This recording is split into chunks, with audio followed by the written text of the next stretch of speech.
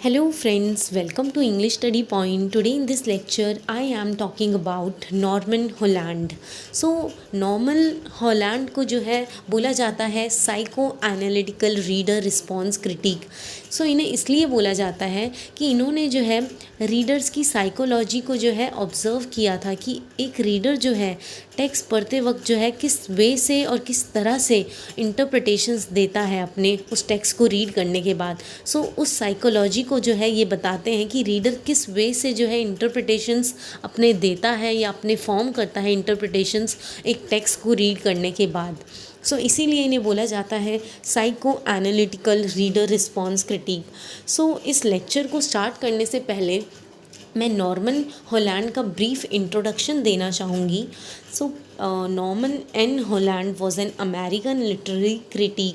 सो ये Norman Holland जो थे अमेरिकन लिटरेरी क्रिटिक थे. Second, he wrote 15 books and nearly 250 scholarly articles.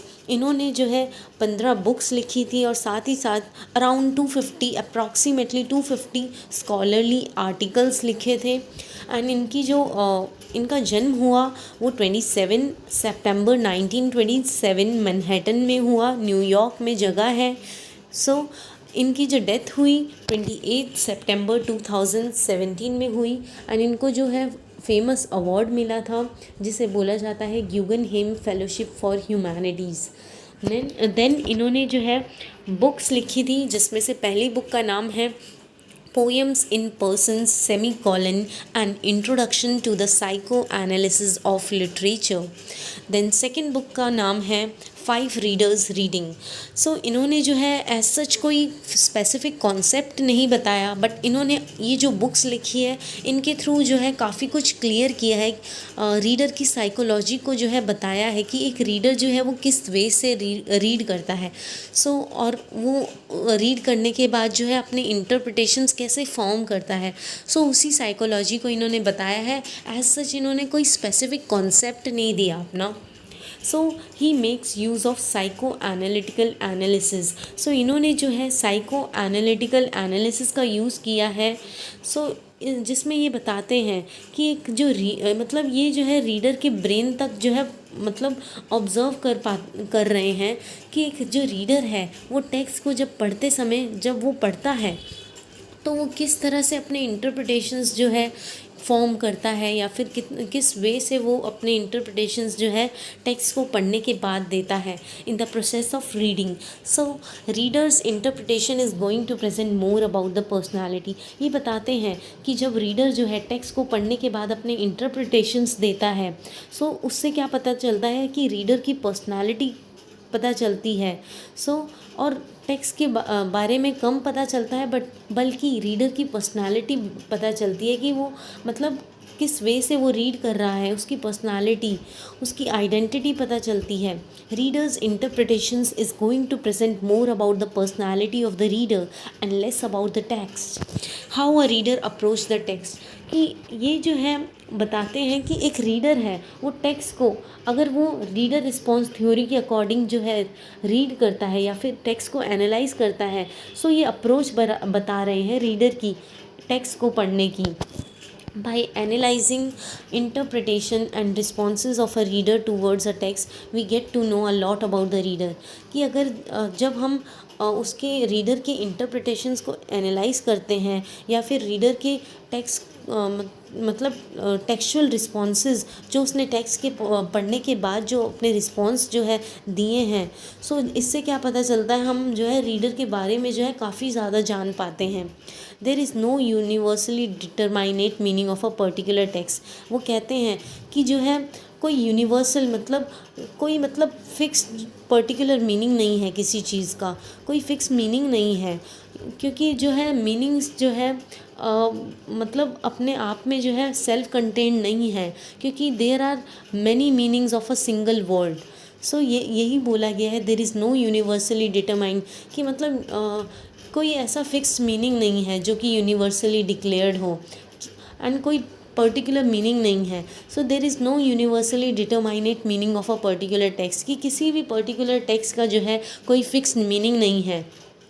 So reader क्या करता है, रीडर जो है अपने परसेप्शन के थ्रू जो है इंटरप्रेट करता है टेक्स्ट को, और साथ ही साथ इसमें न सिर्फ अपना परसेप्शन के साथ रीड करता, अंडरस्टैंडिंग तो इम्पॉर्टेंट रोल प्ले करती ही है रीडर की, साथ ही साथ जो है रीडर जो है अपने पास्ट एक्सपीरियंस को भी एक्यूमुलेट करता है, उसके साथ साथ जो है उसकी फिज़िकल कंडीशंस कैसी है वो भी मतलब टेक्स्ट को मतलब इंटरप्रेट करने में जो है काफ़ी हेल्प करती है, और साथ ही साथ उसका प्रेजेंट मूड कैसा है, ये सभी चीज़ें जो है, ये सभी जो फ्लेवर्स जो मिलकर जो ब्लेंड होकर तभी जो है एक टेक्स्ट को जो है इंटरप्रेट किया जा सकता है रीडर द्वारा।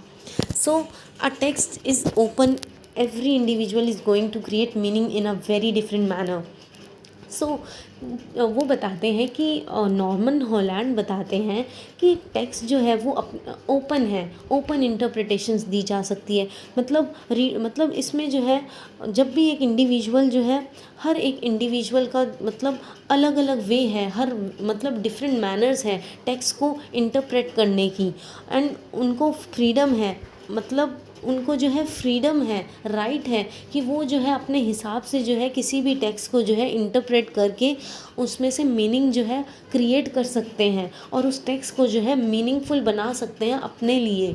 Then interpretations come from conscious as well as unconscious level, कि मैंने पहले जब रीडर रिस्पॉन्स थ्योरी का जब मैंने बैकग्राउंड दिया था तो मैंने उसमें ये चीज़ क्लियर की थी कि इंटरप्रिटेशंस में जो है रीडर की जो है कॉन्शियस माइंड यानी उसका प्रेजेंट मूड कैसा है, और साथ ही साथ उसका अनकॉन्शियस यानी उसकी इनर फीलिंग्स, या फिर साथ ही साथ उसका पास्ट एक्सपीरियंस कैसे रहे हैं, सभी ये जो है इन सब का जो ब्लेंड है ये इम्पॉर्टेंट रोल प्ले करता है एक टेक्स्ट को इंटरप्रेट करने में। So a work is going to project the fantasies of the author, कि एक वर्क जो है वो ऑथर की फैंटेसीज़ को प्रोजेक्ट करता है। ऑथर हैज़ फैंटेसीज़, वो बताते हैं कि ऑथर जो होता है वो एक मतलब ऑथर के पास फैंटेसीज़ होती है जो कि वो अपनी नॉवल में प्रोजेक्ट करता है, मतलब और on the other hand reader is also fulfilling fantasies. और नॉर्मन हॉलैंड बताते हैं कि ऑथर के पास जो है फैंटेसीज़ होती है वो रिप्रेजेंट करता है नॉवल अपनी नॉवल में। सो रीडर्स भी साथ ही साथ फैंटेसीज़ में रहता है, मतलब अपनी फैंटेसीज़ को फुलफ़िल करता है। कैसे फुलफ़िल करता है, मतलब उस टेक्स्ट को जो है अपने वे से इंटरप्रेट करता है, उसमें जो है मतलब अपने पास्ट के एक्सपीरियंस, उसका प्रेजेंट मूड कैसा है, साथ ही साथ उसका फिज़िकल कंडीशन कैसी है, उसका एक्सपीरियंस कैसा रहा। सो इन सब को जो कनेक्ट करके जो है, इन सब को ब्लेंड करके जो है रीडर जो है अपनी फैंटेसीज़ को फुलफ़िल करता है। Then reader transform the fantasy content and then interpret it. So reader क्या करता है, टेक्स्ट को जब रीड करता है तो अपनी इंटरप्रिटेशंस देने के बाद जो वो है फैंटेसी को जो है ट्रांसफॉर्म कर देता है कंटेंट में, और उसके बाद जो है वो अपनी अंडरस्टैंडिंग के बेस पे जो है अपनी इंटरप्रिटेशंस को जो है बिल्डअप करता है। When you read the interpretation of a reader you look at readers fantasy, और जब हम जो है रीडर्स की इंटरप्रिटेशंस को रीड करते हैं तो हम ये देखते हैं कि उसमें जो है ऑथर की फैंटेसी ना हो के एक रीडर की फैंटेसी को जो है हम देख सकते हैं। रीडर की फैंटेसी या फिर उसकी पर्सनालिटी कैसी है, तो हम उसके जो है अनकॉन्शियस थॉट्स के बारे में भी रीड कर सकते हैं, उनके इनसाइड ब्रेन तक जा सकते हैं। रीडर्स के इंटरप्रिटेशंस के थ्रू जो है हम उनके इनर फीलिंग्स, इनर थॉट्स को समझ सकते हैं, उनकी इनसाइड फीलिंग्स को जान सकते हैं, उनके ब्रेन को कनेक्ट कर सकते हैं एक रीडर के इंटरप्रिटेशंस को रीड करने के बाद। देन उनकी जो बुक है 5 रीडर्स रीडिंग में, उनमें हॉलैंड बताते हैं कि हॉलैंड ने जो है एक केस स्टडी कंडक्ट की थी जिसमें जो है he gave 5 university students 3 short stories. उसमें क्या किया, इन्होंने केस स्टडी की जिसमें जो है इन्होंने 5 यूनिवर्सिटी के बच्चों को जो है 3 शॉर्ट स्टोरीज़ दे दी। All readers are able to interpret work. So जिसमें क्या किया, उन बच्चों ने जो है अपने वे से जो है उन शॉर्ट स्टोरीज़ को जो है इंटरप्रेट किया। Interpretations told a lot about readers identity, कि इंटरप्रिटेशन से क्या होता है, जब मतलब वो इंटरप्रेट करके आए तो उससे मतलब उन बच्चों की जो है आइडेंटिटी के बारे में पता चला।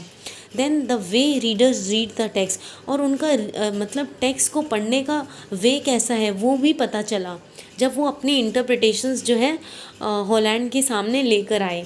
Holland is called as a, फिर देन हॉलैंड को बोला जाता है psychological reader response critic. Holland को बोला जाता है psychological reader response critic because he try to understand the psyche of the reader, क्योंकि इन्होंने जो है रीडर्स की साइकी को, रीडर्स के मेंटल लेवल को ऑब्ज़र्व किया कि वो किस वे से जो है टेक्स्ट को इंटरप्रेट करते हैं, किस वे से उनको समझते हैं, मतलब when he is reading the text. Holland is called as a psychological reader response critic because he try to understand the psyche of the reader when he is reading the text. कि मतलब जब reader text को read कर रहे थे तो उन्होंने जो है मतलब ऑब्ज़र्व किया, मतलब उनका मेंटल लेवल को ऑब्ज़र्व किया कि वो किस तरह से रीड करके जो है इंटरप्रिटेशंस फॉर्म कर रहे हैं।